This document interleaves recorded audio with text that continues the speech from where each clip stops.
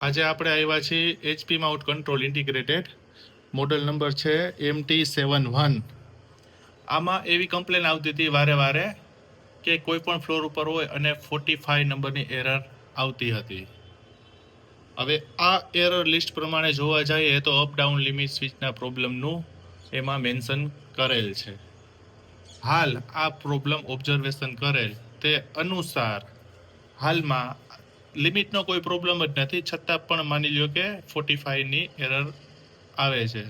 હાલ આપણે જોઈ શકો છો X9, 10, 11 અને 12, X9, 10, 11 અને 12 આ કન્ટિન્યુ મળે છે।